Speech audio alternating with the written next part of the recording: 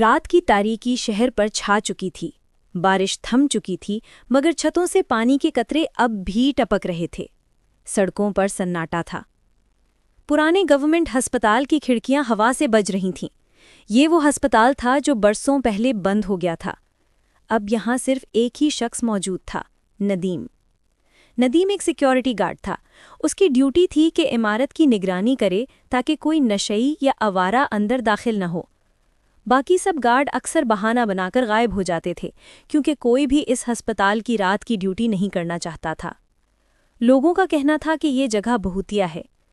ندیم ان باتوں پر یقین نہیں کرتا تھا، لیکن اندر ہی اندر ایک انجانا سا خوف اس کے دل میں ضرور بیٹھا رہتا۔ اس رات 12 بجنے کے کچھ ہی دیر بعد اچانک بجلی چلی گئی۔ سارا ہسپتال اندھیرے میں ڈوب گیا۔ صرف ندیم کے ہاتھ میں ایک پرانا ٹارچ تھا۔ وہ ریسیپشن کے پاس کرسی پر بیٹھا تھا کہ اچانک اوپر والے وارڈ سے کسی کے چلنے کی آواز آئی۔ بھاری، سست قدم، جیسے کوئی بوجھل جسم گھسیٹ رہا ہو۔ ندیم کے ہاتھ میں پکڑا ٹارچ لرزنے لگا۔ کون ہے؟ اس نے اونچی آواز میں پکارا۔ کوئی جواب نہ آیا۔ قدموں کی آواز بند ہو گئی۔ ندیم نے دل کڑا کر کے اوپر جانے کا فیصلہ کیا۔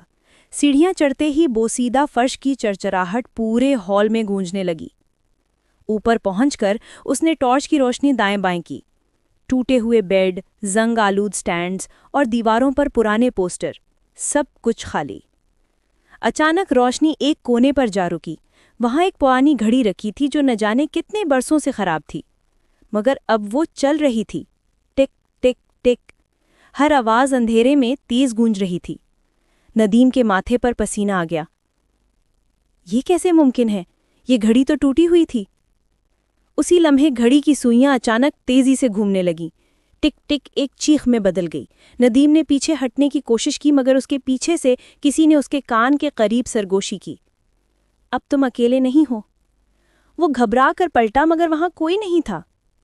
ندیم دوڑتے ہوئے واپس نیچے آیا لیکن نیچے کا منظر بھی بدلا ہوا تھا۔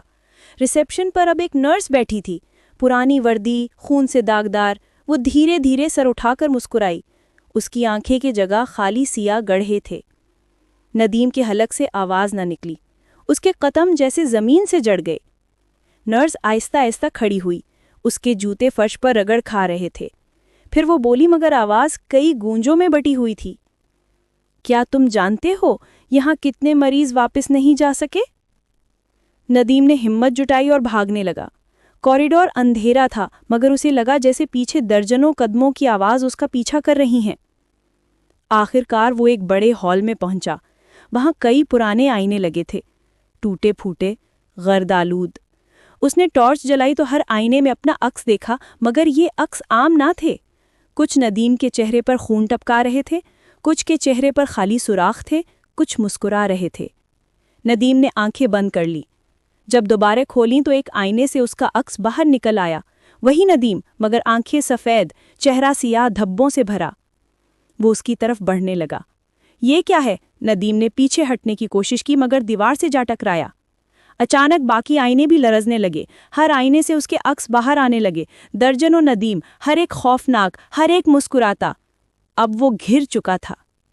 ندیم نے چیخنے کی کوشش کی مگر اس کے اپنے عکس نے اس کا منہ دبوچ لیا۔ باقی عکس بھی اس پر جھپٹ پڑے۔